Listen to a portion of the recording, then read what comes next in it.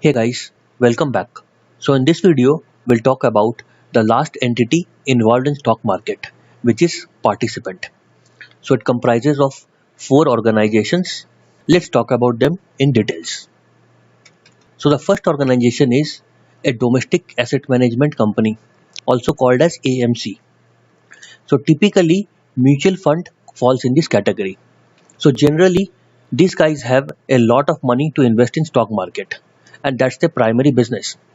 So they typically take money from general public and invest in the stock market. So the investment money is not owned by these companies.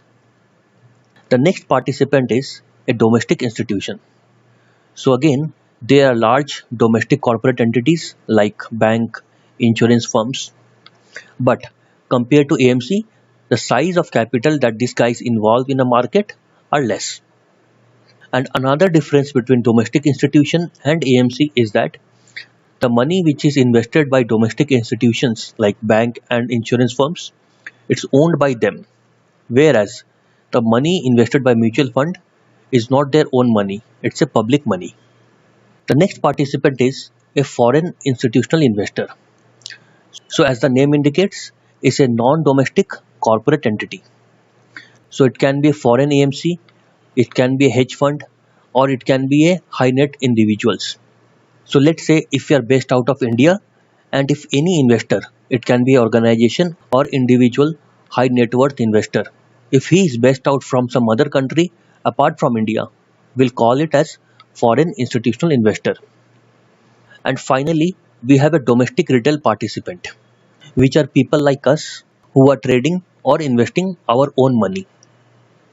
Now you might ask that as a trader, why do we need to know about all this? So it is very important to know about all this participant because say we want to do a swing trading and we are on a buy side.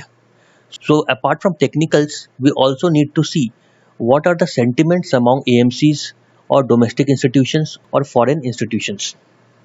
So let's say if we are bullish, that is we think the market is going to go up. But if these big guys are bearish in the market, then there is a very high probability that the market is going to come down. So in that case, we are not going to make any money from that trade. So we always need to make sure that the bigger participant, whatever they are doing, we should always be smartly following them. So we need to know who are these big guys whom we need to follow. So basically, these are these three people. So that is all about market participants. Thank you very much.